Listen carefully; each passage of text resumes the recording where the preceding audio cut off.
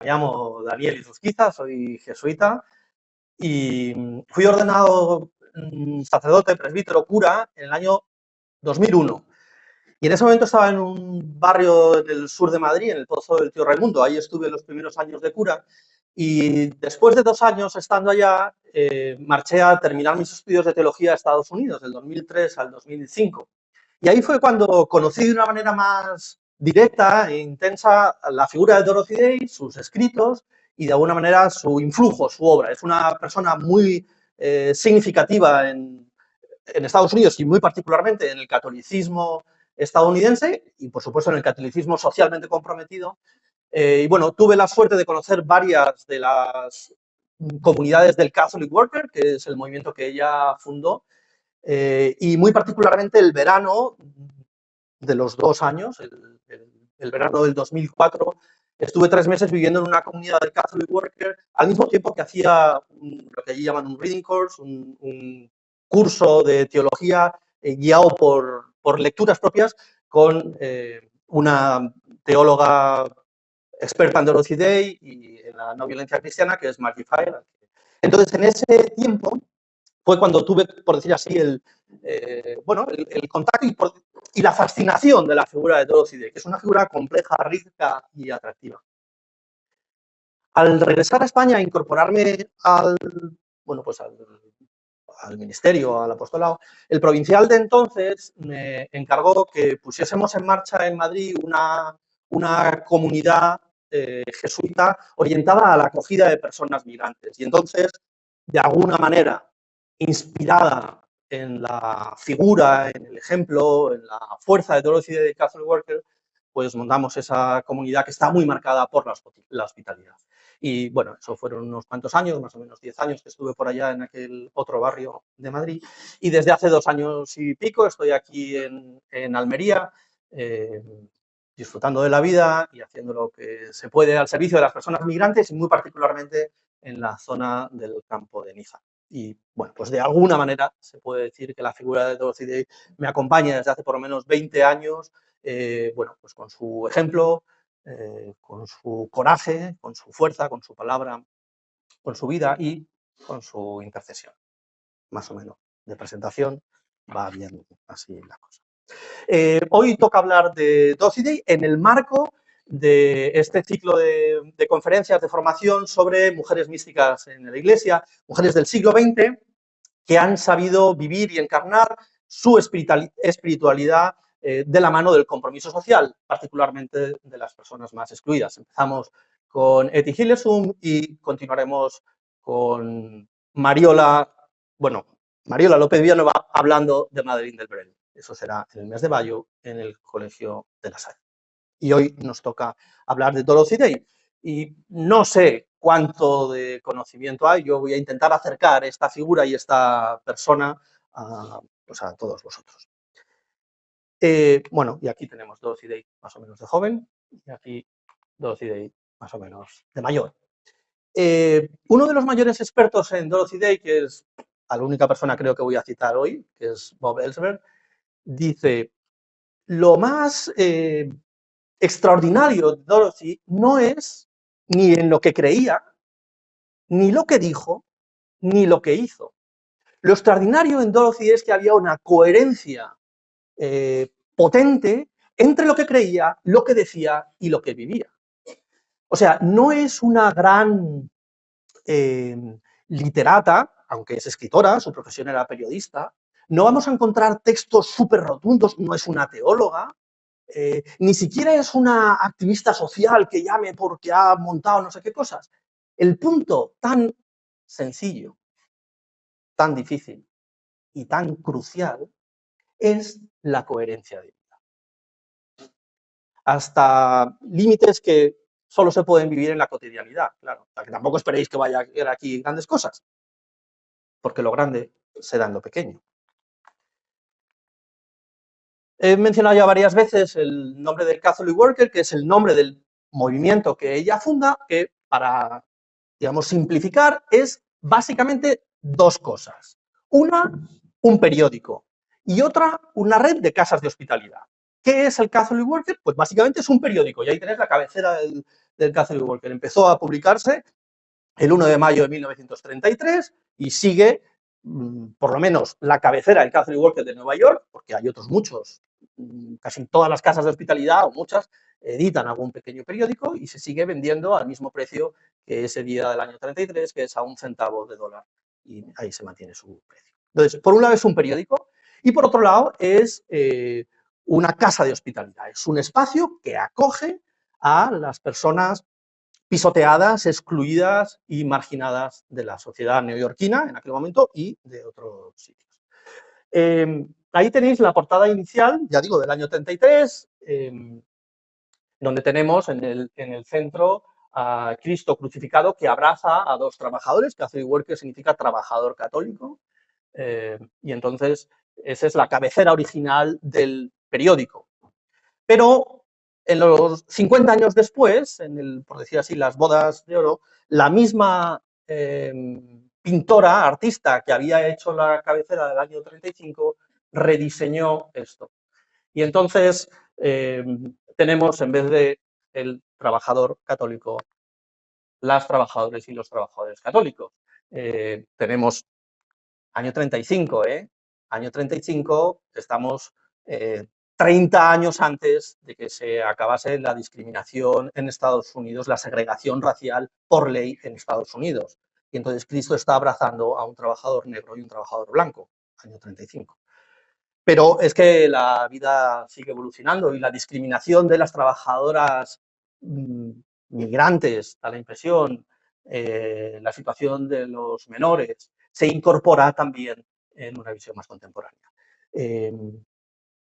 Cristo crucificado y resucitado va caminando junto con los trabajadores y las trabajadoras y con las personas excluidas, pisoteadas en su dignidad. Esto, que es simplemente la cabecera de un periódico, es todo un programa de vida. Voy a seguir este orden, siete apartaditos, que obviamente no abarcan todas las facetas de Dorothy Day, pero bueno, por lo menos son 7 ventanas para ellas. Y bueno, ahí si queréis leerlas, pues las leéis, las iremos viendo una a una. En primer lugar, responder a la crisis. El Catherine Walker nace en 1933. No voy a hacer una biografía de Dorothy, diré algunos datos, quien tenga así interés, pues los puede ver. Pero es importante la fecha de 1933. A poca historia contemporánea que sepamos, recordaremos todos, más o menos, la crisis del 29. El gran crack bursátil en Estados Unidos, en Wall Street, y lo que supuso la gran depresión de los años 30 en Estados Unidos y en realidad en buena parte del mundo occidental. Yo que sé, esta foto es bien recordada, recordáis a lo mejor la novela de Steinbeck de Las uvas de la ira. Esta es una escena muy llamativa o muy interesante. Esto es la ciudad de Seattle y entonces ahí tenemos la ciudad al fondo y un asentamiento chabolista en las afueras de Seattle, año 1933, el mismo año en que Dorothy Day funda el Catherine Walker. Nosotros, en nuestro mundo, llevamos, o sea, contemporáneamente en este siglo, pues hemos hablado y sufrido y experimentado la crisis del 2008, pero después hemos vivido la crisis que supuso los zarpazos del COVID y de la pandemia, y los zarpazos también que ha supuesto la crisis de Ucrania, las subidas de los precios energéticos, de la inflación desbocada en productos alimentarios.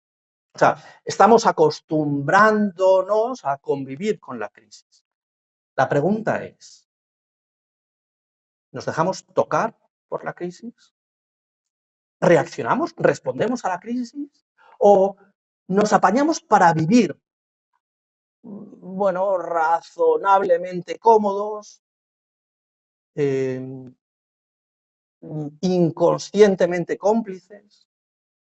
Porque el punto es que Dorothy Day, tenía ya para entonces 35 años, después de un proceso de búsqueda, que la iré luego dando algunos detalles, ese momento, ella venía, luego lo contaremos, venía de, como periodista, cubrir una marcha contra el hambre en Washington, D.C., en la capital de Estados Unidos. Y al regresar a Nueva York, que es donde ella vive, se encuentra con Peter Morin, que es el cofundador del Catholic Worker, y entonces deciden fundar esto. Es decir, hay una respuesta efectiva. La cosa es que desde ese año, diciembre del 32, o si queréis, mayo del 33, hasta que ella muere, 50 años después, en el año 80, su vida quedó tocada, transformada por la respuesta a la crisis. Y para mí esto es muy interpelante, porque, claro, la crisis la leemos en los periódicos, ¿es un barniz que ponemos a nuestra vida o es algo que tiene capacidad de tocarnos radicalmente y de transformarnos? En el caso de Dorothy, su vida fue distinta después. Fue distinta todos los días de su vida. Porque desde entonces, desde el año 33, cuando abrieron la primera casa de hospitalidad, ella no dejó de vivir durante 50 años en esa su casa. Y las casas de hospitalidad son... Dorothy venía del mundo, me voy a enrollar mucho, pero Dorothy venía, por decir así, del mundo del anarquismo de izquierdas en Estados Unidos y es bastante,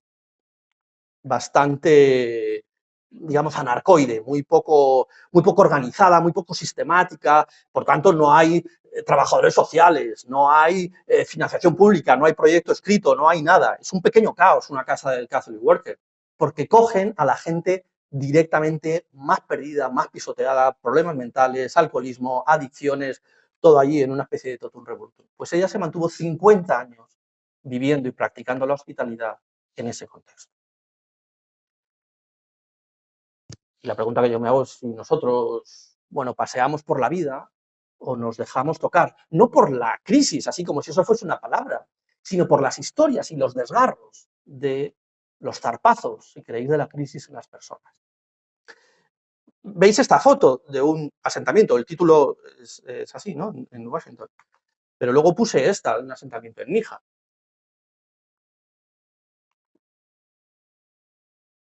Lo que en los años 30 es el modelo productivo industrial en una ciudad como Seattle, en nuestro contexto es el modelo agroindustrial del sector hortofrutícola. Pero ya veis que las condiciones de vida donde se pisotean los derechos y la dignidad de las personas está al costadito del modelo productivo que tenemos. ¿Esto nos dice algo a nosotros? ¿Es como para contar alguna anécdota o hacer algún paseo? O el ejemplo de Dorothy nos puede revolver hasta el punto de impulsar un compromiso fuerte, transformador, duradero. Aquí tenemos a Dorothy, hay muchos iconos, ¿no? Voy a leer un texto que ella escribe en el Jueves Santo del año 64. Dice: miré a mi alrededor y el aspecto general del lugar era como de costumbre, está hablando de la casa de la hospitalidad, hogareño, informal, ruidoso y agradablemente cálido en una noche fría. Y sin embargo, vistos con los ojos de un visitante, nuestro lugar debe parecer verdaderamente lúgubre, lleno como siempre de gente, de hombres y mujeres, algunos niños también, todos los cuales llevan la marca inconfundible de la miseria y la indigencia. El misterio de los pobres es este, que son Jesús, y que lo que hacéis con ellos, lo hacéis con Él. Es la única manera que tenemos de conocer y creer y crecer en nuestro amor. El misterio de la pobreza es que al compartirla, haciéndonos pobres en el dar a los demás, aumenta nuestro conocimiento y nuestra fe en el amor. El amor, como ella solía decir, citando a Dostoyevsky, el amor es una cosa dura y exigente. O sea, no es de color de rosa, es bastante desagradable. Sigue diciendo en otro lado. Dejemos a los que hablan de suavidad y de sentimentalismo que vengan a vivir con nosotros a las casas frías y sin calefacción de los suburbios. Dejémosles que vengan a vivir con los criminales, los enfermos, los borrachos, los degradados, los pervertidos. No eran los pobres decentes ni los pecadores decentes los receptores del amor de Cristo. Dejémoslos que vengan a vivir con las ratas, los bichos, las chinches, las cucarachas, los piojos. Dice, podría describir muchas clases de piojos del cuerpo. Dejemos que su piel se congele de frío, se pudra por la sociedad, por los bichos. Dejemos que sus ojos se mortifiquen al ver excrementos humanos y miembros mutilados como ojos, narices o bocas.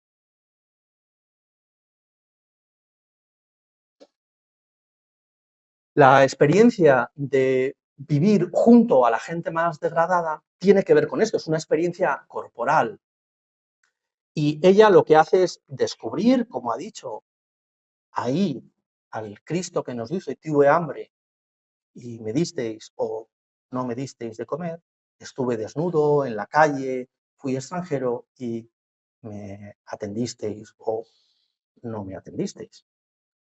Ella lo hizo. Bueno, llegados a este punto, alguien ya puede decir que estamos contando pues la historia de una mujer magnífica, comprometida, tal cual. Bueno, pues era una mujer con sus grietas. Entonces hay todo un itinerario que aquí he titulado como Ordenar el caos interior, que es un guiño a Ana Martín Echagüe, que nos tuvo la conferencia anterior sobre Etty Hillesum, que utiliza esa expresión, ordenar el caos interior, hablando de Etty Hillesum. Dorothy, bueno, tiene una vida azarosa y se mueve, por decir así, en los ambientes bohemios de Nueva York, en grupos más bien izquierdistas. Ella trabaja como periodista en distintos, es toda esa época de los años 20, 10 y tantos por ahí, que hay mucho panfleto, periódico, esos periódicos que se gritan en la calle, ¿no? Y todo esto. Y bueno, se mueve en esos ambientes, ¿no? Mucha gente tiende, la impresión que yo tengo es que a veces cuando hablan de esto, tienden a narrarlo de una manera un poquito idealizada, ¿no? Como que ella se codeaba pues, con los literatos en la vida bohemia de Nueva York. Bueno, y eso es cierto, parcialmente cierto, pero lo que ocurre es que ella va dando tumbos por la vida. Ella vive en su experiencia la precariedad laboral. Su primer trabajo cobraba $5 por semana. Y va dando tumbos en distintos periodicuchos y luego trabaja de enfermera haciendo noches en un hospital y luego hace de secretaria en otro sitio y bueno, pues va buscándose la vida. Participa en los movimientos feministas por el voto, el sufragismo de esos años, es detenida, una vez está viviendo en un apartamento compartido y entonces entra la policía y entonces había ya dos mujeres pues que ejercían la prostitución, a ella la detienen, la llevan en la cárcel porque también le acusan de estar en ese mundo, pero bueno, pues esos son los mundillos en los que ella se mueve. Va dando sus tumbos afectivos, tiene varias parejas, sufre un aborto, tiene luego un matrimonio bastante extraño que apenas dura un año y está viajando por Europa y bueno, pues va en ese mundillo. Y en medio de todo esto ya va buscando, tiene una sensibilidad bastante fina como de, por un lado, vivir comprometida con la realidad, pero por otro lado, tiene como una cierta insatisfacción de no acabar de encontrar su sitio. Finalmente, ya en los años 20, encuentra su pareja, Foster, pero al mismo tiempo, bueno, y ella habla, en el libro más importante que es La larga soledad, ella habla de que ha encontrado la felicidad natural. Y entonces, en el momento más feliz, más gozoso en su vida, que está con pareja, se ha ido a vivir a Staten Island, que es al otro lado del río de Nueva York, que está con una casa, digamos, al borde del mar, disfruta bueno, pues de los paseos, de la compañía, del amor, de la estabilidad, del reencuentro. Simultáneamente y en paralelo sigue su búsqueda espiritual. Y, bueno, queda embarazada de Foster, de su hija, ella tuvo una hija, Tamar, y, y entonces ella tiene la convicción interna de que Tamar le tenía que bautizar. Ella se va acercando a la iglesia, una cosa curiosa que a lo mejor os llama la atención. Ella dice, yo sabía que mi sitio era la iglesia católica, porque la iglesia católica es el lugar de los pobres. Y aquí hay que hacer una pequeña nota a pie de página. En Estados Unidos, los inmigrantes irlandeses e italianos, que han sido polacos, que han sido el corazón de la Iglesia Católica en Estados Unidos, son fundamentalmente los trabajadores inmigrantes, obreros y marginados. Y actualmente la población latina va en esa dirección. Y entonces ella intuye que en la cercanía a los pobres dice, porque ella no es católica de tradición, ni viene de una familia religiosa. Entonces, su descubrimiento de que una como intuición de que su sitio va a ser la iglesia, bulle por dentro durante tiempo. Y cuando nace su hija Tamar, lo tiene claro. O sea, mi hija va a ser bautizada. Pero su marido Foster es un hombre bastante bohemio y anarca, que no cree en el matrimonio ni, por supuesto, en la iglesia. Y entonces, bastante testarudo él, bastante testaruda ella, y se separan por este motivo. Y entonces, desde el año 27, cuando nace Tamar, se separa de Foster. Vamos a poner alguna foto. Aquí tenemos a Dorothy fumando, era muy fumadora. Y ahí trabajando. Claro, su habitación es su despacho también, en el contexto de la... Esta es en la granja, bueno, hablaremos de las granjas si acaso. Ahí ya tenemos a Dorothy de jovencita, y aquí con Foster, en Staten Island. Y aquí con su hija Tamar.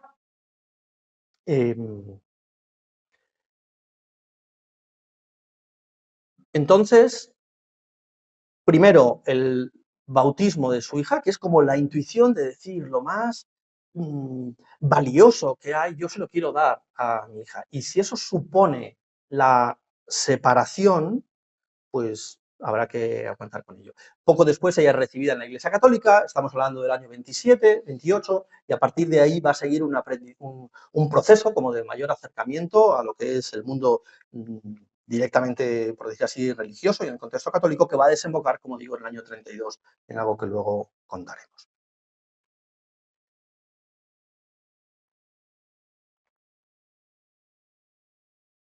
Practicar la hospitalidad. Como decía antes, hay una mezcla en las tradiciones, por decir así, intelectuales de la que ella vive, que viene básicamente del socialismo de corte anarquista y luego del personalismo comunitario y del distributismo, que pone en el centro a la persona, más allá de la estructura de la organización, ¿no? Y voy a leer otro texto de Dorothy, de un librito que está por ahí, que es Panes y Peces. Nunca pregunto a nadie por qué está aquí, en las casas de hospitalidad. Vienen de la calle a comer, a esperar, a buscar un lugar en el que estar, alguien con quien hablar, alguien con quien compartir sus penas y así aliviar el corazón. Cabría pensar que la multitud que rodea la casa se va a reducir después de la comida, porque una de las cosas que hace las casas de hospitalidad es que dan bolsas de comida, no bolsas de comida, sino lo que en inglés se llama el soup kitchen, comida caliente, ¿no? Un comedor social, no me salen las palabras. Y entonces viene la comida. Cabría pensar que la gente que rodea la casa se iba a reducir después de la comida, pero lo cierto es que se quedan. Fortalecidos con el alimento, todos parecen tener más ganas de hablar. Y en el año 34, ya en el año 34, es decir, al poquito de haber empezado las clases de hospitalidad, le escribe a uno de Canadá que le ha escrito, le dice, lo que dice sobre la hospitalidad espiritual es cierto. A menudo pienso que es, de hecho, muy difícil extender la hospitalidad a todos los que llegan. Fijaos qué expresión va a decir ahora. Es mucho más fácil tirar a la gente ropa, comida o lo que sea que necesitan. Y es mucho más duro sentarse con ellos y escucharlos pacientemente. ¿Cuántas veces en los proyectos sociales o en nuestras prisas o en nuestros descuidos o en nuestras superficialidades tiramos a la gente comida, ropa, consejos? ¿Y cuántas veces, por otro lado, tenemos la valentía de sentarnos y esperar, de sentarnos y escuchar? Y la gente percibe la diferencia. En algunos sitios se quedan y en otros sitios están de paso. Entonces, el ejemplo encarnado de Dorothy va en esa dirección.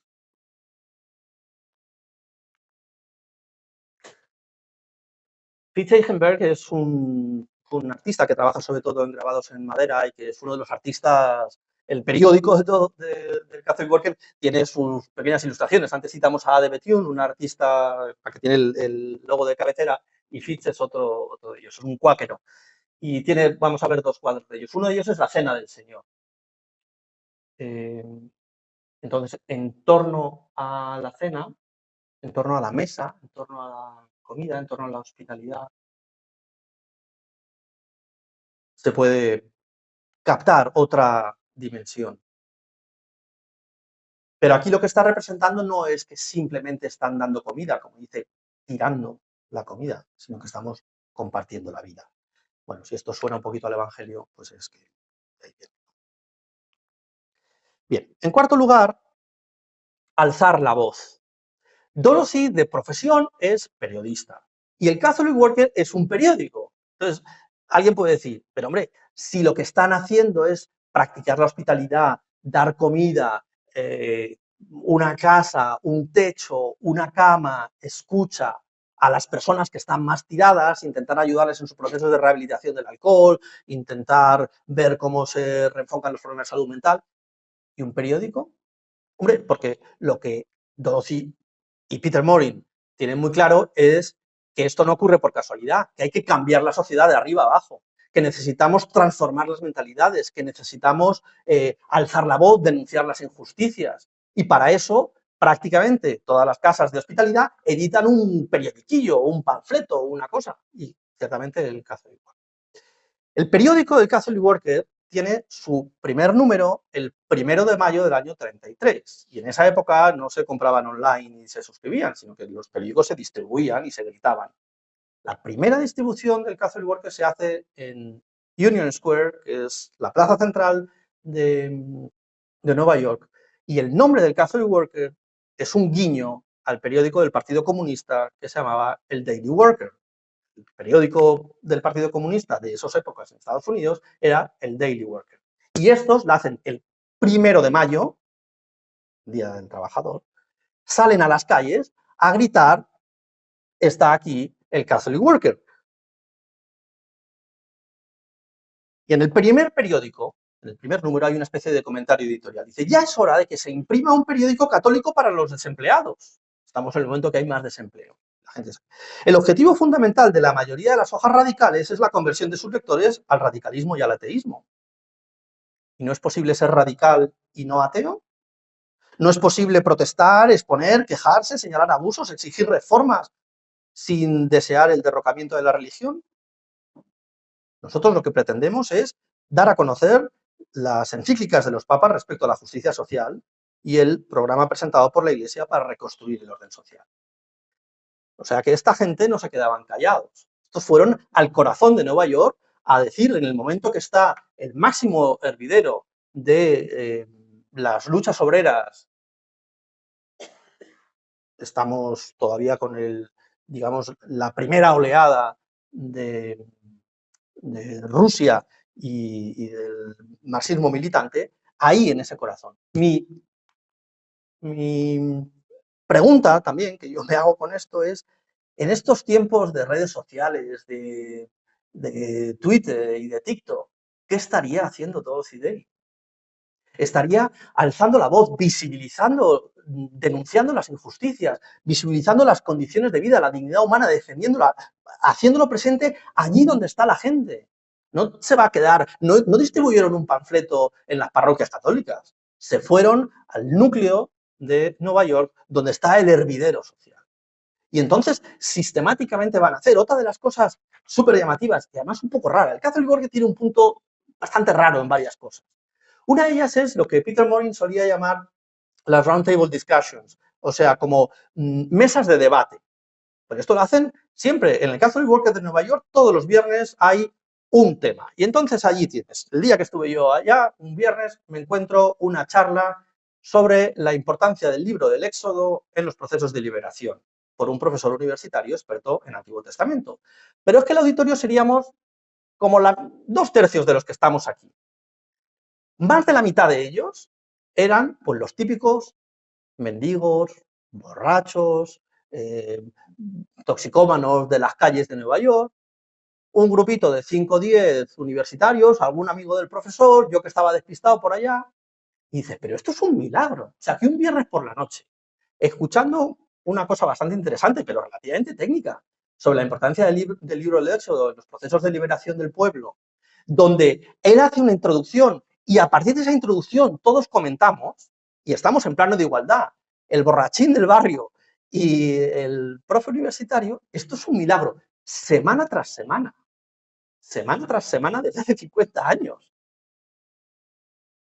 Esto es considerar que las personas a las que atendemos y acogemos no son tontos, que pueden pensar, que tienen sus ideas, que tienen sus sentimientos, que pueden aprender, que tienen intereses. No es obligatorio para nadie ir. O sea, hay algunos que han venido a cenar o que están durmiendo allá, otros están jugando a las cartas y otros vienen a ver la charla. Pero tú puedes decir, no, no, no, esto es para los eruditos y no sé cuánto, y a ti lo que te doy es un plato de comida. Un plato de comida, un techo donde dormir y una charla sobre el libro del Éxodo. Y al día siguiente, sobre los militantes no violentos contra la guerra de Irak. Quiero decir que es que los temas son variados, pero bueno, Dorothy estaría pensando también qué hacer en TikTok o algo. Aquí está la oficina del periódico. Dorothy, allá, no sé si esto... Dorothy, ahí está. Bueno, no sé, pantalla no la... Y eso es el periódico. Esto es Union Square, una foto de mala calidad, porque, bueno, pues ahí había, pero están leyendo el periódico Catholic Worker, porque la gente leía en esos momentos los periódicos en papel.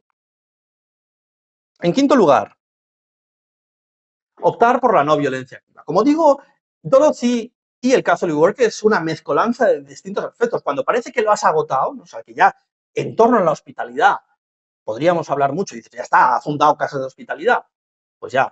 O en torno a esto que he estado diciendo ahora, ¿no? De alzar la voz, de denunciar la injusticia, de elaborar pensamiento, de difundirlo, etcétera. Bueno, pues hay toda otra parte muy importante en la vida de Dorothy y en lo que puede significar para nosotros, que tiene que ver con la no violencia activa. El periódico nace en el año 33, empieza a subir hasta tener 190.000 ejemplares, se distribuían 190.000 ejemplares en su momento más alto, y tuvo dos crisis fundamentales de caída en picado. La primera es con la Guerra Civil Española, donde el mundo católico general, en Europa y en Estados Unidos, se pone del lado franquista, y Dorothy Day dice, de ninguna manera. Lo que está ocurriendo aquí es que el cuerpo de Cristo está siendo desgarrado. Y entonces hay hermanos en el lado republicano y en el lado nacional, y por lo tanto es antievangélico y no cristiano y no católico que podamos optar por un lado y por el otro. Esto supone un revuelo porque dicen, ¿ves cómo son unos izquierdistas, unos rojos y unos no sé cuántos, los del Catholic Worker?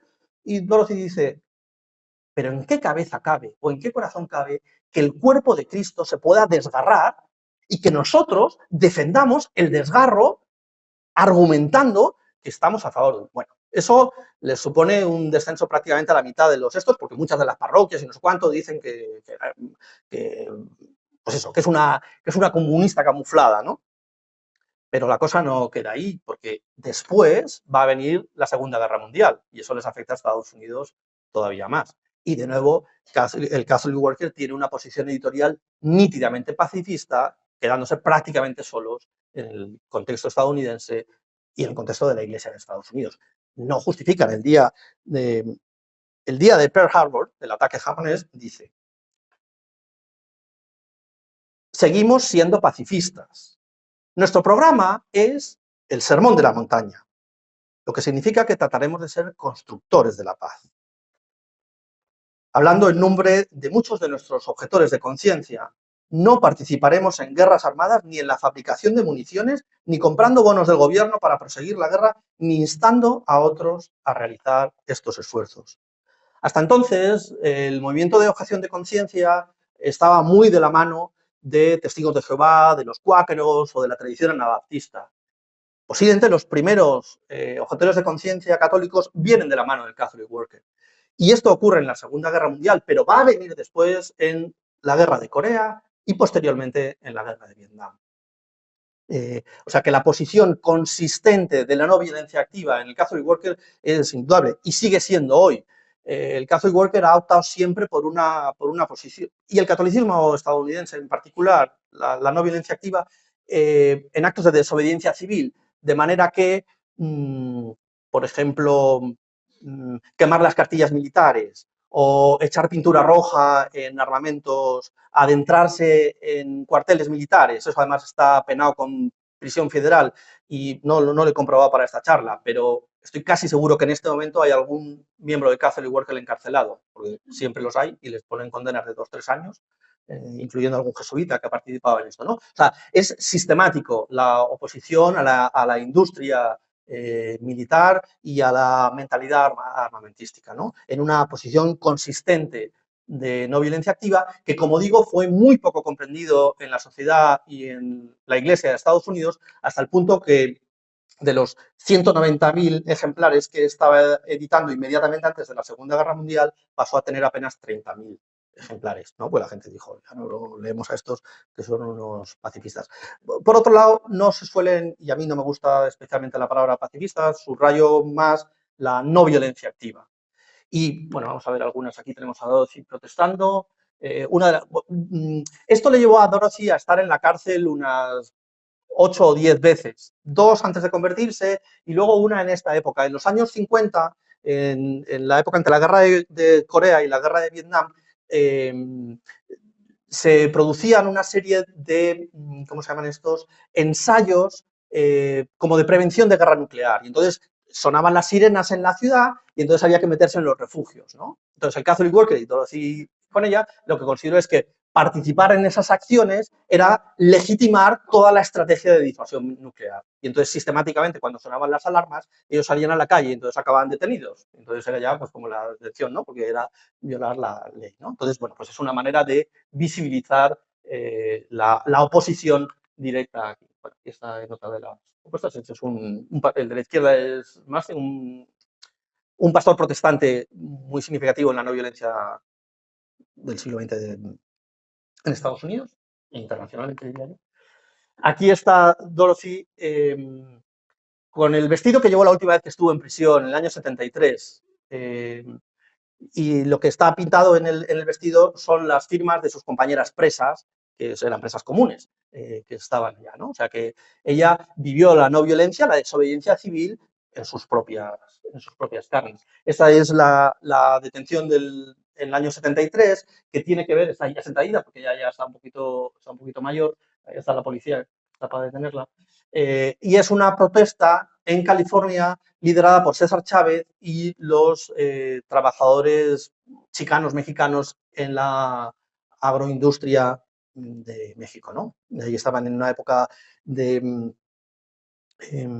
huelga que tuvo una repercusión en Estados Unidos muy importante por un boicot, quizá uno de los boicots más grandes y más exitosos de la historia contemporánea. Y entonces, en ese contexto, ella viaja desde Nueva York a California para solidarizarse con los trabajadores, muchos de ellos trabajadores inmigrantes en situación irregular que están siendo explotados en esta cosa. Aquí tenemos la porra del policía y aquí es cuando es detenida.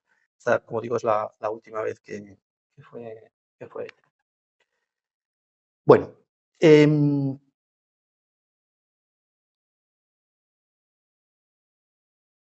el año 2008, Dorothy Day muere en 1980.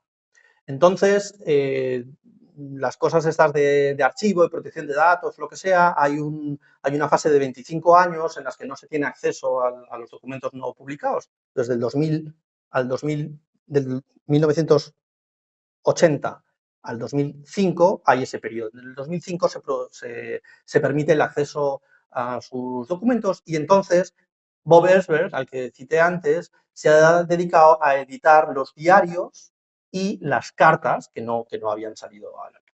Y ahí ha habido varios cosas interesantes que hemos podido aprender. Hay 2 tomos publicados.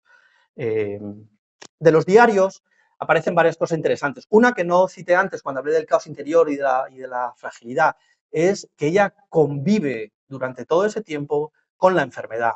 Y entonces aparecen migrañas permanentes, dolores menstruales tremendos, problemas en los ojos, en los animales, problemas estomacales, intestinales bastante frecuentes, de los que nunca había hablado, pero claro, al leer los diarios pues ya aparecen referencias desde muy jovencita, como que le acompaña. Las migrañas, por ejemplo, debían ser tremendas, ¿no? Entonces, bueno, antes mencioné, ¿no? Pues que Dorothy tiene así su carácter, es una mujer de carácter, y en algunos momentos podía ser desagradable, dura y tal, pero bueno, ahí se mantuvo también conviviendo con esa fragilidad humana. Bueno, pero otra de las cosas que ahí ocurrió, que es desde mi punto de vista de lo más, no sé, tierno, fascinante, a mí me enternece, es que se descubre que Foster, su pareja, el padre de Tamar, del que se había separado en el año 27, mantuvo la relación con él, la relación por carta.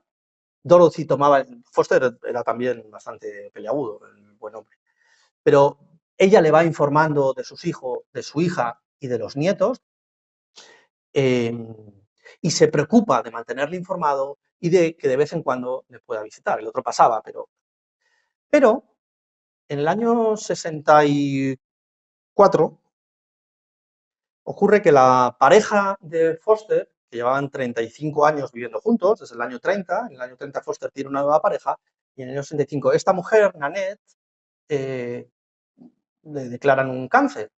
Entonces, Foster le pide a Dorothy, oye, ¿tú puedes ir a cuidar y atender a Nanette? Entonces, Dorothy va, sale de su casa, suprime sus conferencias, deja de trabajar y se va a vivir a casa de Foster para cuidar a Nanette. Esto habla de quilates, de cercanía, de cuidado de la vida. Y la cuida hasta el final, acompañándole en sus dolores físicos, en el cuidado de la enfermedad, en sus búsquedas espirituales, hasta el punto que Nanette pide el bautismo y lo recibe 2 días antes de morir, en brazos de Dorothy. Bueno, pues esto, en medio de una vida tan, no sé cómo decir, tan externamente llamativa, acceder a través de los diarios, esto no lo contó a nadie lo había, bueno, sabían los cercanos, Foster y demás, pero que no fue público, esto lo descubrimos, digamos, con la publicación de los diarios, pues me parece que es bastante desconcertante. En el año 1960, antes de esto, en su diario escribe Dorothy. A una chica que vivía con nosotros le preguntaron, ¿para qué sirve el Catholic Worker? Y dice, para cuidar a los heridos. Esto es lo que son las casas de hospitalidad. Y yo soy, sobre todo, un ama de casa. O sea, me dedico a cuidar.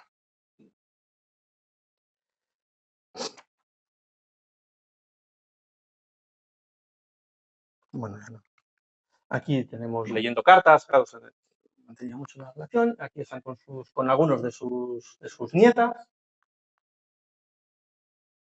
No estoy seguro si esta foto es literaria o no, pero esta es la portada del libro, de una especie de biografía que ha escrito Martha Hennessy, que es la nieta más pequeña de Dorothy y que es una militante del Catholic Worker. Y entonces la portada me parece que es esto porque alude a Staten Island, a la playa, que le encantaba mucho, ¿no? Y es como un retrato íntimo de mi abuela. Aquí está, esta no es Nanette, la que está en la cama es una amiga de Peggy que también tenía cáncer y pues está ahí acompañándole, leyéndole y también le acompañó hasta el final de su vida. Mira que tenemos a Dorothy dando un paseo.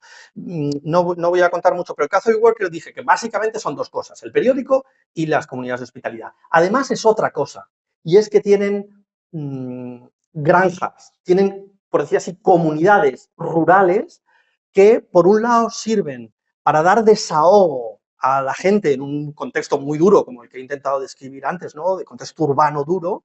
Por otro lado, para facilitar espacios verdes de desahogo a gente que necesita, por ejemplo, una comunidad terapéutica o un espacio de rehabilitación.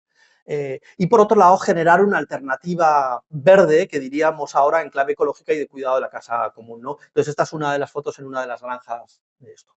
Uno de las, como, de las, no sé cómo decir, sorpresas que uno vive con esto es que no hay ninguna estructura, ninguna organización del Catholic Worker. No hay nada. Como digo, tienen un tono bastante anarco, autoorganizado, como queráis decirlo. Bueno, en este momento, si murió en el año 1980, unos 45 años después de haber fallecido, en este momento hay unas 200 casas de hospitalidad, buena parte de ellos, la gran mayoría en Estados Unidos, y algunas en Corea, en Uganda, en Inglaterra, en Alemania. Esto es bastante tremendo, ¿no? No hay ninguna estructura que lo haga, pero su ejemplo, su inspiración sigue actuando. Algunas son granjas, comunas agrarias, y otras son casas de hospitalidad en sentido estricto, de carácter urbano, cada cual con su esto. Finalmente, orar sin desfallecer. Desde la portada del periódico de Catholic Worker aparecía ahí Jesús abrazando a los trabajadores. No hay ninguna escisión entre el compromiso social y la experiencia espiritual en la vida de Dorothy. Pero quiero explicitarlo un poquito más. En el año 1932, Dorothy trabaja como periodista, entonces hay una marcha contra el hambre en Washington, en la capital, organizada por distintos, digamos, colectivos de desempleados del ámbito de la izquierda, básicamente, aunque no estaban organizados así, del ámbito del Partido Comunista. Ella va a cubrirlo como reportera y hace su crónica. Y entonces, en ese momento en Washington, dice ella que entra en la catedral de Washington y dice: entré y ofrecí una oración especial, una oración acompañada de lágrimas y de angustia, pidiendo encontrar la manera de usar mis talentos a favor de mis compañeros trabajadores, de los más pobres. Me pregunto dónde está el liderazgo católico en esa tarea de reunir a los hombres y mujeres en la lucha por la justicia. Entonces, ella, el 8 de diciembre, Día de la Inmaculada, del año 1932, se hinca de rodillas y hace esta oración. Vuelve de Washington a Nueva York y cuando llega a Nueva York le dice su hermana: hoy ha venido por aquí un tipo francés, un tal Peter Morin, que dice que quiere hablar contigo porque ha escuchado hablar, que quiere montar un movimiento revolucionario católico y que la persona para echarle una mano eres tú. Y entonces dice un texto que ella le escribe a una amiga el 8 de diciembre de 1975. Hoy es nuestro aniversario. En 1932 oré en la capilla de Washington a la bendita Madre para que abriese un camino para trabajar por la revolución. Cuando regresé a Nueva York, Peter Morin me estaba esperando. La experiencia espiritual acontece en todo lo que he intentado transmitir. Dice ella, voy a leer unos cuantos textos de cartas que ha escrito a algunos militantes de Catholic Worker o algunas anotaciones del diario. En este mundo lleno de hambre y de pestilencia, a menos que profundicemos nuestra vida espiritual y pongamos en juego las armas espirituales, el resto no sirve de nada. A otro Catholic Worker que estaba en prisión por haber participado en actos de desobediencia civil, como dije antes, ¿no?, contra la guerra de Vietnam en ese momento, le dice: estoy convencida, Mike, de que la oración y la austeridad, la oración y el sacrificio personal, la oración y el ayuno, la oración, las vigilias y la oración y las marchas son los métodos indispensables. Y el amor. Leo otro par de textos. Sin los sacramentos de la Iglesia, sobre todo la Eucaristía, la Cena del Señor, como a veces se le llama, ciertamente pienso que yo no podría continuar adelante. Si no fuera por la Escritura por un lado y la comunión por otro, no podría soportar esta vida. Pero cada día me trae alegría en este dolor que es parte de nuestra condición humana y un sentido real, muy real y vital del sentido y la fecundidad de estos sufrimientos.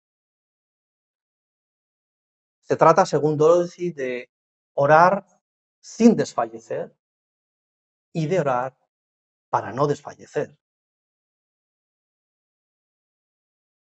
Podemos preguntarnos también cómo fue la oración de Dorothy, pues variada, en búsqueda,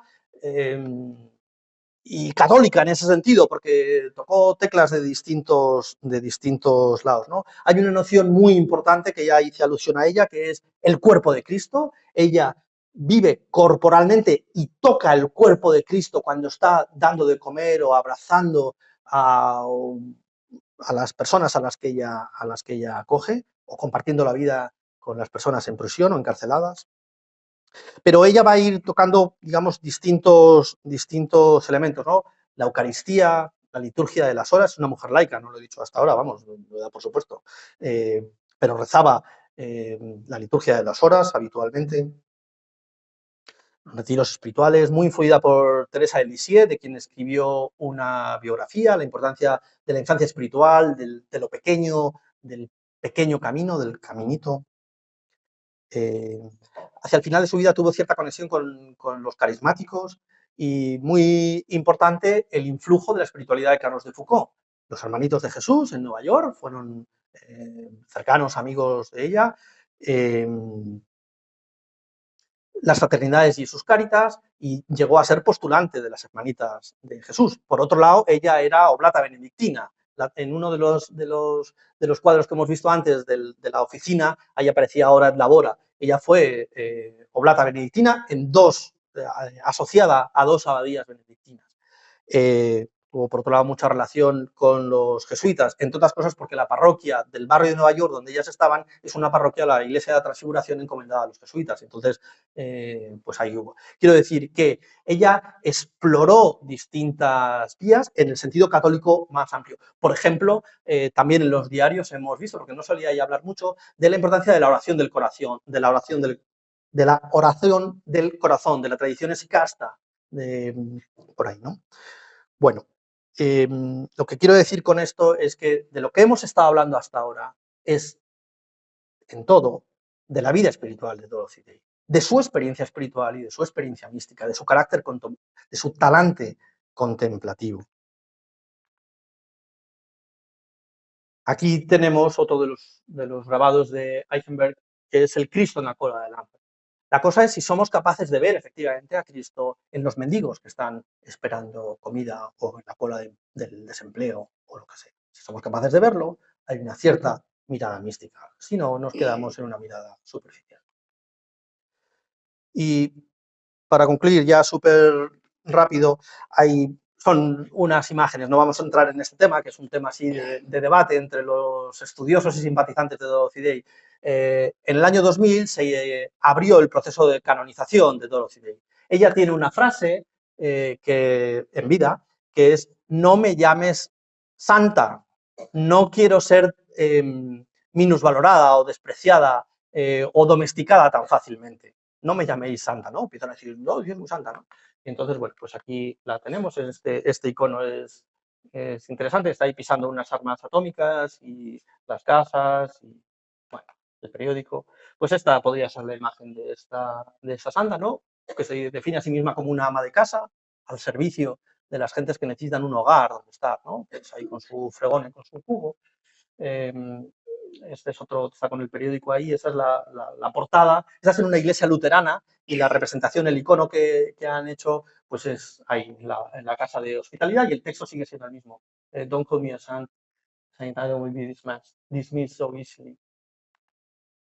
Este es otro icono y aquí tenemos otro más. Y nos quedamos con esta mirada penetrante y directa, ¿no? Ojalá que el ejemplo, la vida, la coherencia de lo que Dorothy creyó, de lo que dijo y de lo que vivió, pueda ayudarnos a nosotros a mirar el mundo con más nitidez, con más hondura, con un sentido más evangélico. Pues que así sea.